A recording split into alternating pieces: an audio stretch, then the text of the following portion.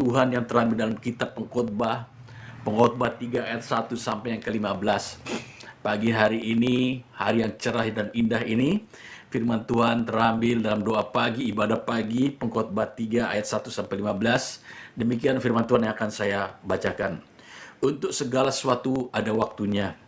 Untuk segala sesuatu ada masanya, untuk apapun di bawah langit ada waktunya. Ada waktu untuk lahir, ada waktu untuk meninggal, ada waktu untuk menanam, ada waktu untuk mencabut yang ditanam. Ada waktu untuk membunuh, ada waktu untuk menyembuhkan, ada waktu untuk merombak, ada waktu untuk membangun. Ada waktu untuk menangis, ada waktu untuk tertawa, ada waktu untuk meratap, ada waktu untuk menari. Ada waktu untuk membuang batu, ada waktu untuk mengumpulkan batu, ada waktu memeluk, ada waktu untuk menahan diri dari memeluk. Ada waktu untuk mencari, ada waktu untuk membiarkan rugi, ada waktu untuk menyimpan, ada waktu untuk membuang. Ada waktu merobek, ada waktu untuk menjahit, ada waktu untuk berdiam diri, ada waktu untuk berbicara. Ada waktu untuk mengasihi, ada waktu untuk membenci, ada waktu untuk berperang, ada waktu untuk damai. Apa keuntungnya pekerja dari yang dikerjakan dengan jerih payahnya?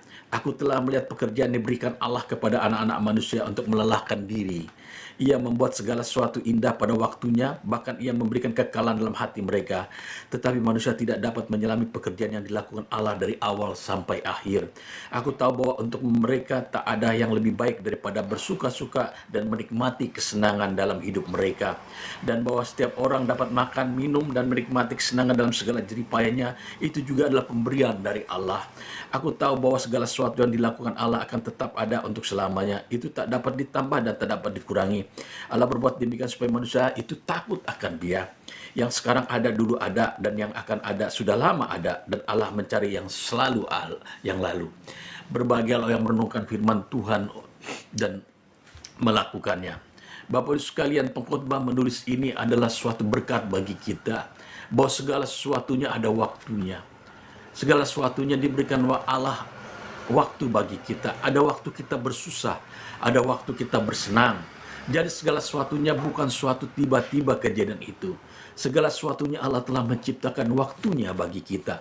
Ada waktunya kita dilahirkan, ada waktunya juga kita harus menjadi remaja. Ada waktunya juga kita harus menjadi tua dan sakit penyakit. Dan ada waktunya juga kita harus meninggal dunia dan kembali kepada sisinya, kepada Tuhan, pencipta langit alam semesta.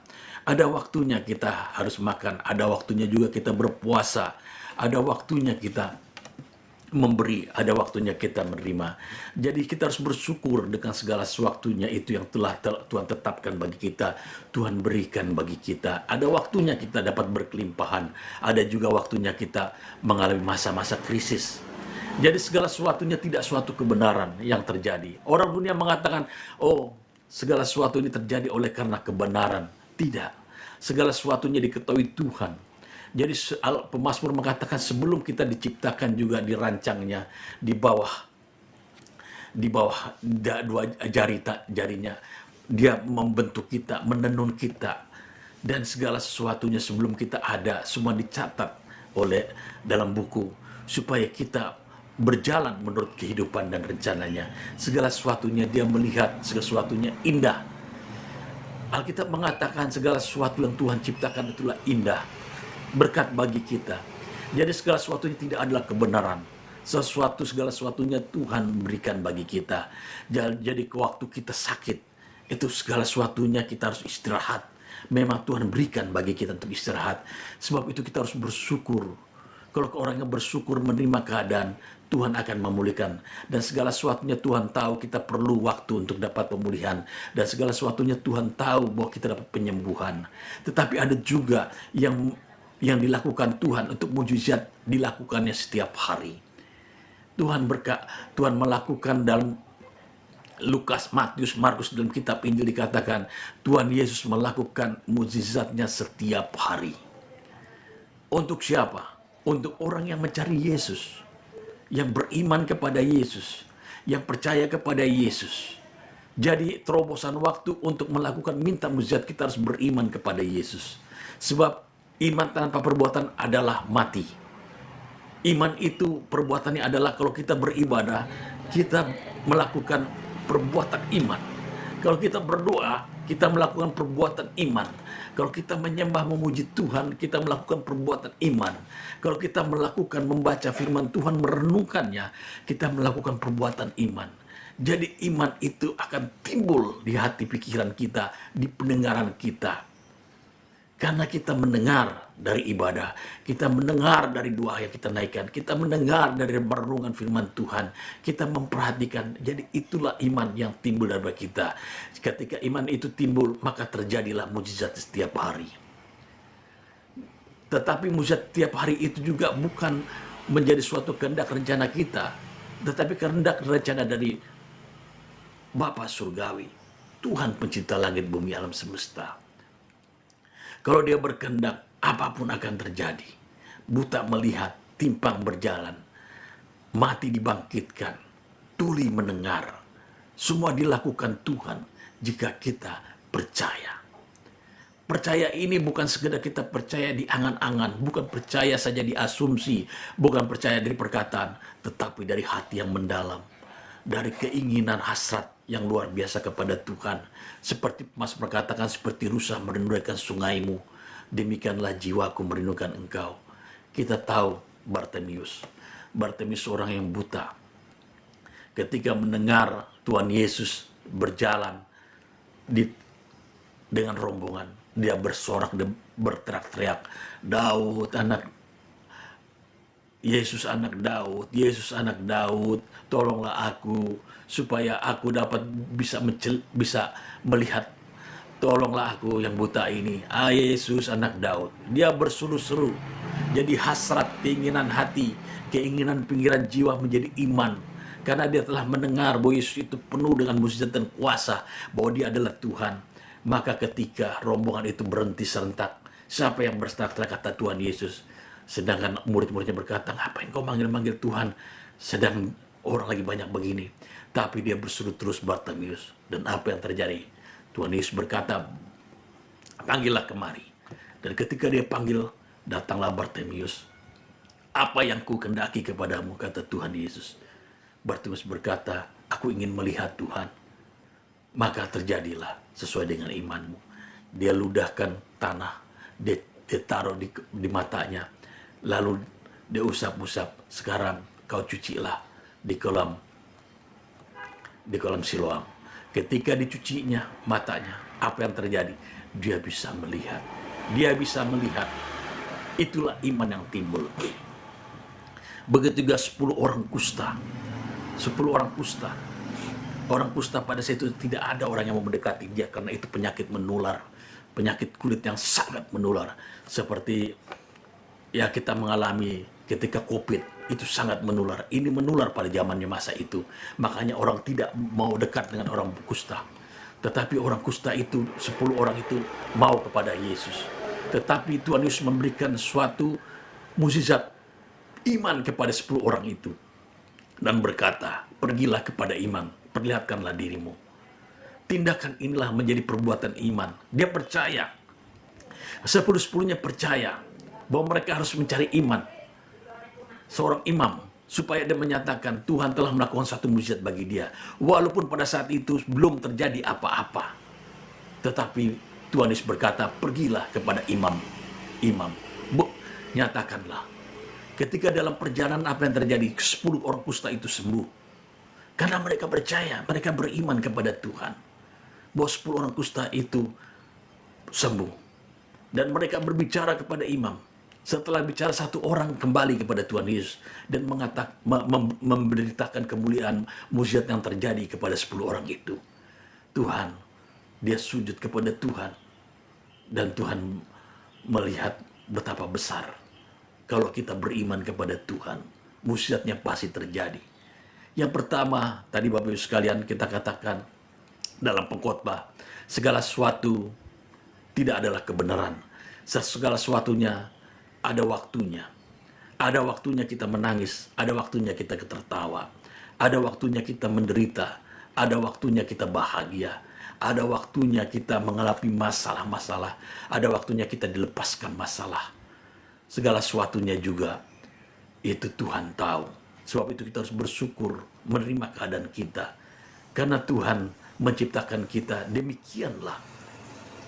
Dan dikatakan di situ juga pada ayat yang ke-14, aku tahu bahwa segala sesuatu yang dilakukan Allah akan tetap ada untuk selama-lamanya.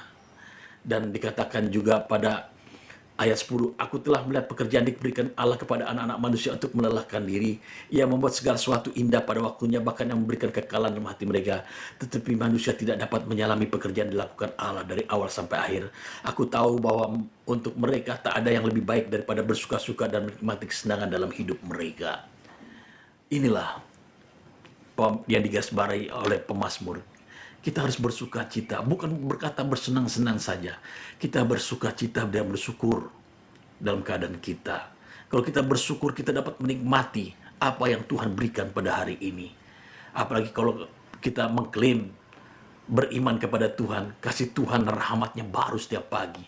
Kita harus menikmati kasih setia Tuhan baru setiap pagi. Yang pertama tadi kita tahu segala sesuatunya adalah Tuhan tahu. Yang kedua, kita harus beriman. Yang ketiga adalah firman Tuhan berkata, kita harus bersyukur. Bersyukur karena kasih setia Tuhan baru setiap pagi. Kita harus bersyukur keadaan kita. Jikalau malam kita susah tidur, mengalami pikiran, mungkin untuk bayar sekolah anak-anak, mungkin pekerjaan akan harus di PHK, atau mengalami masalah-masa pergumulan. Tetapi setelah bangun pagi ini, kita harus menyatakan kasih setia Tuhan baru setiap pagi.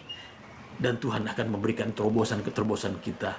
Ketika pintu satu ditutup, Tuhan akan bukan pintu-pintu yang lain. Pintu-pintu berkat akan dicurahkan, jendela-jendela berkat akan diberikan kepada kita. Jadi kita bersyukur. Tetapi kalau kita bersyukur-syukur, susah Tuhan memberikan berkat bagi kita. Bapak-Ibu sekalian, susah sekali. Karena kenapa? Karena kita sendiri yang menutup pintu. Kalau kita membuka pintu, Tuhanlah yang datang memberikan bagi kita berkat-berkat itu. Kita lihat bagaimana umat Tuhan ketika keluar dari Mesir. Dia harus berjalan ke tempat tanah perjanjian Tuhan berikan. Tetapi mereka selalu bersungut-sungut. Laparlah. Harus makan. Bukankah di Mesir banyak makanan? Tetapi dia lupa bahwa dia berjalan dengan Tuhan pencipta langit alam semesta.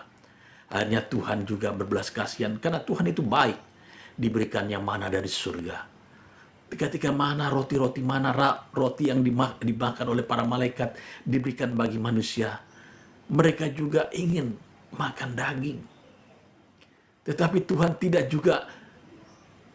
tidak juga melakukan suatu hal yang kesal gitu kepada manusia, pada umatnya itu.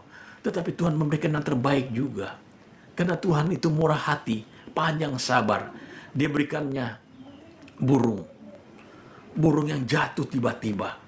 Dan mereka mengambil sebanyak-banyaknya untuk bekal mereka makan. Padahal Tuhan memberikannya setiap hari. Dia makan roti mana, dia makan juga makanan. Dia minta minuman, air juga di tanah yang kering. Tuhan minta Musa untuk memecahkan batu dan yang keluar air. Kalau saudara membuka kitab Keluaran, inilah bagaimana Tuhan memberikan orang-orang itu berkatnya. Tetapi kita harus bersyukur segala sesuatunya. Sebab itu di pagi hari ini yang indah ini kita harus bersyukur. Dan kita mengerti segala sesuatunya. Tuhan tahu apa yang akan terjadi bagi hidup kita. Apa yang kita alami. Apa yang kita nikmati, apa yang kita syukur, kita harus bersyukur atas kebaikan Tuhan. Dan yang ketiga, tiada lain, di pagi hari ini kita harus menikmati berkat kasih setia Tuhan yang baru setiap pagi. Orang yang demikian adalah orang yang melakukan pekerjaan-pekerjaan, perbuatan-perbuatan yang beriman kepada Tuhan. Naikkanlah syukur, pujilah Dia, sembahlah Dia. Oh, berterima kasihlah kepada Dia, maka hidupmu akan tenang. Hanya dekat Allah saja aku tenang, daripadanya lah keselamatanku. Daud mengatakannya, orang yang bersyukur itu akan tenang. Menghadapi apapun dia akan tenang. Dia akan menikmati segala sesuatunya dengan keadaan tenang dan nyaman bagi dia. Karena Tuhan ada di pihak dia.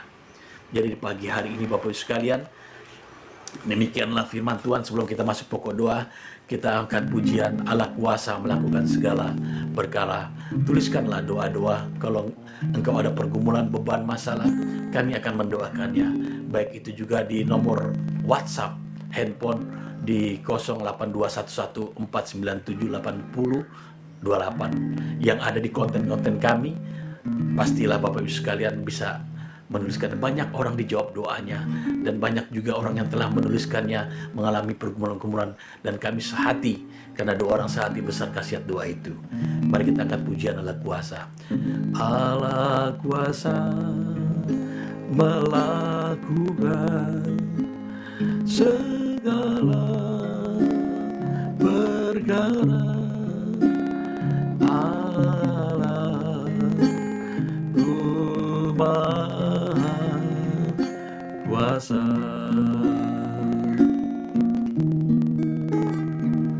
Dia ciptakan seisi dunia, atur segala masa.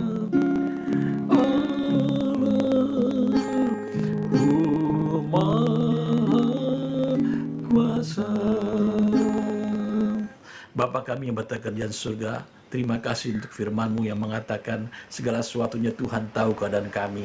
Dan kami bersyukur, dan kami segala sesuatunya harus kami beriman dan melakukan perbuatan iman, percaya kepadamu bahwa Engkau akan memberkati kami, melindungi kami, menjaga kami, dan ketiga, tidak lain kami menikmati kebaikan Tuhan setiap pagi, rahmat Tuhan, anugerah Tuhan, biarlah menyertai kehidupan kami. Kehidupan kami pagi hari ini Bapa dalam surga, sampai sore, sampai malam, biar Engkau melindungi kami, melihara kami, menjaga kami.